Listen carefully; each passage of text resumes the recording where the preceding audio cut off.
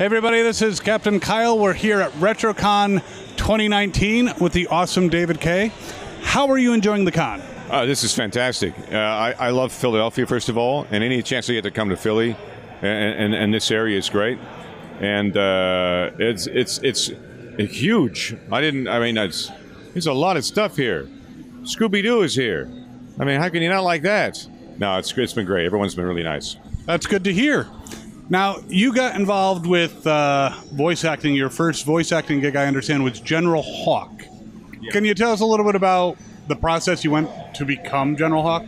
Yeah, it was, well, I had no idea what I was doing. All I knew that, I remember I was on the radio, and as a disc jockey, you know, in Vancouver, and I was doing some funny voices in the morning show.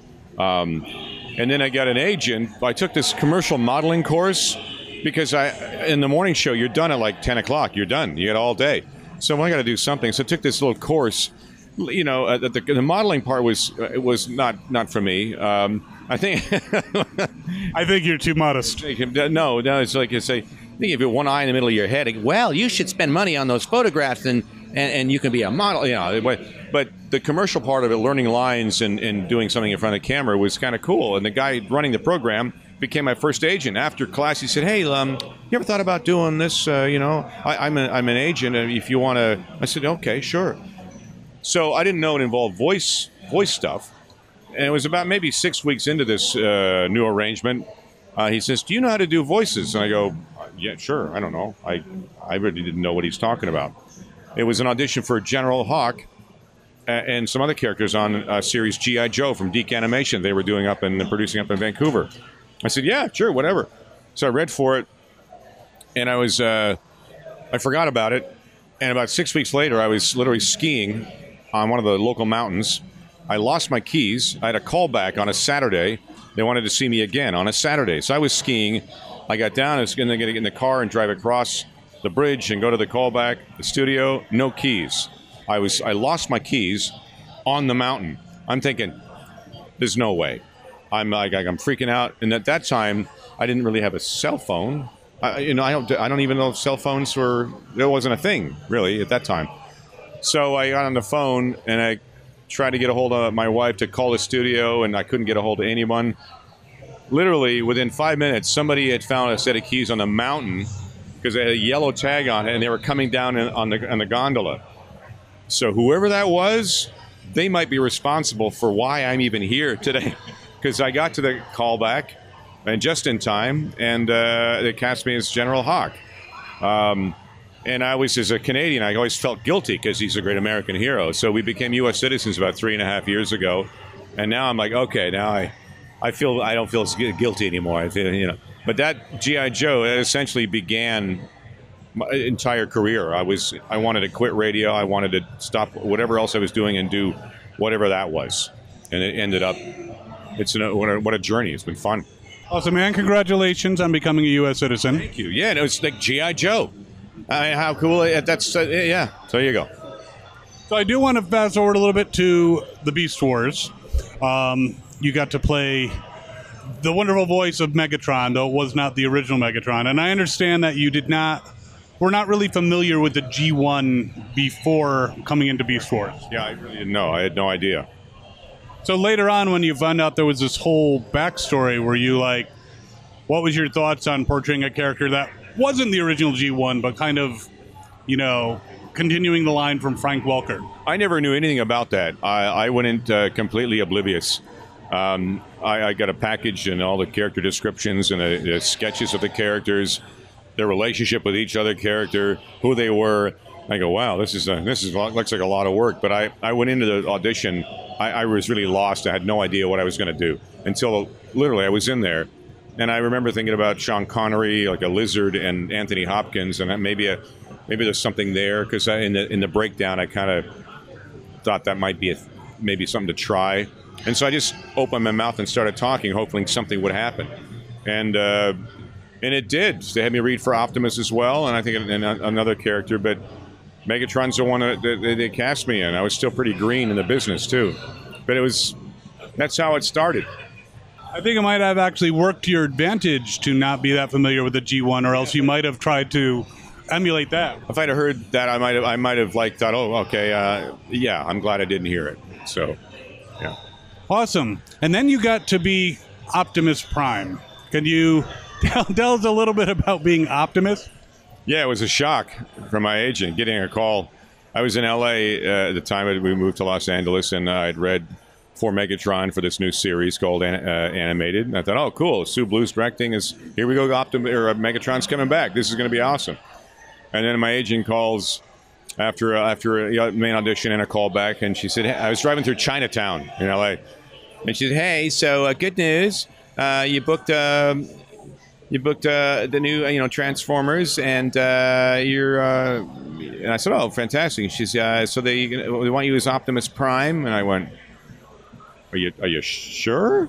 Like, I literally, I thought it was a mistake. You mean like Megatron? No, they want you for Optimus Prime. And I go, wow. I don't know, how am I going to do this?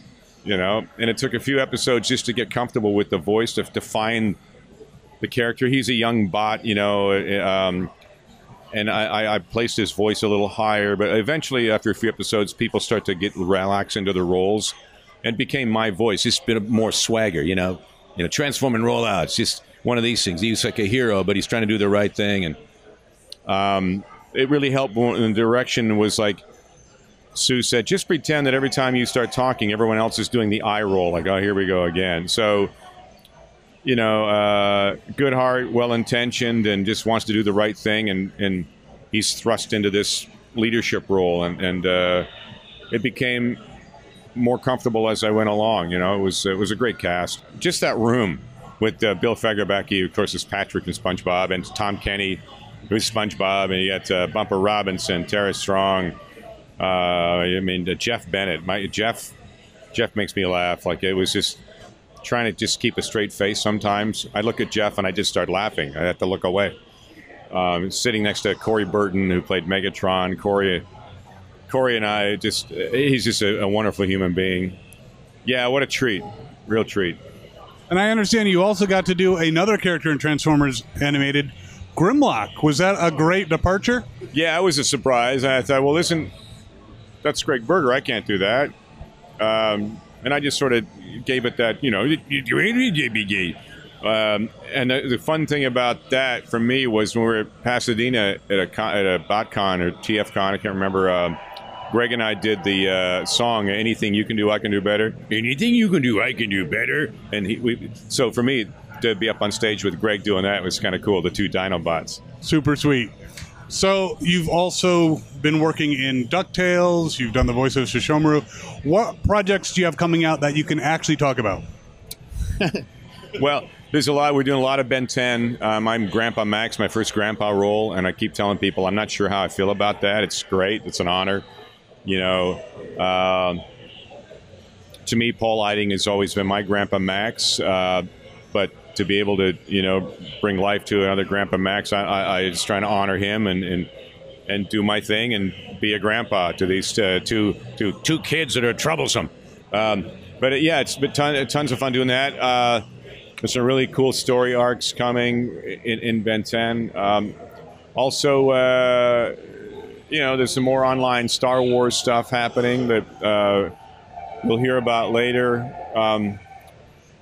What else? We got Trolls, DreamWorks Trolls, the animated series. We're doing more. I'm King Pepe in that, and that's a ton of fun. I get to sing sometimes in that one, and no troll left behind. But yeah, there's other shows I can't talk about, and it's just sort of ongoing. Every day is different, and my dad can never understand that, not knowing what tomorrow brings, but I love it. I have no idea what's going, so it's just awesome. So. Keeps you on your toes. And I also understand you have a YouTube channel. What can you tell us about that? It's just born out of a hobby. I'm a wine nerd, and it's a lark. I just started getting, I got a lot of relationships in the wine industry and in some in the restaurant field as well. And with my relationship with all my crazy cohorts in animation, I used J.B. Blanc, our first episode. We're going to do Kari Wahlgren next week. We just basically taste wines and have a little bit of food and talk about their career. At E.G. DeLeon last month. Tara Strong set to do an episode with Cree Summer. We're hoping to do a Batman episode. We got John DiMaggio and D. Bradley Baker lined up for Burgers and Wine, and the cast. Some of the cast of Critical Role is also agreed. Sam Riegel, who directs me on in DuckTales, he's a big wine guy, and so we're going to taste wine with some of the cast of Critical Role and do maybe an In-N-Out Shake Shack burger challenge. So it's just some fun to get together with your friends and talk and over a couple of good wines. So yeah. Awesome. Is there anything you'd like to say to all your fans out there? Yeah, sure. Big thank you, because obviously this doesn't exist without you, and I just want to let everyone know that how appreciative of that I am, and we all are, of the conventions and meeting everyone, because it just means the world to us. And I used to think that all my friends had important jobs like doctors, lawyers, people, saving the world, and I thought that what we did was like, a goofy. But it wasn't until I realized that there was one of the conventions. A mother brought her son up to meet me, and she said, "You kept my son going when he was going through chemotherapy in a hospital with the Optimus Prime." And I went, "Oh," and it just helped them get through that. And I brought him up on stage with me. He sat with me there, and it's like, then you realize that we're not just doing cartoons here. We're, there's a lot more going on here. So it solidified how important a job it is to entertain people, make people smile, because at the end of the day, that's it. So making people happy is our job, and I think that's a pretty noble profession. Absolutely. Well, David, thank you so much. Of course. Thank you all. Thanks for watching, and as always, have fun and follow your fandom. Hi, this is Aaron Ashmore, and you are watching Fandom Spotlight. Be sure to like, share, and subscribe like now. Oh, and have fun and follow your fandom.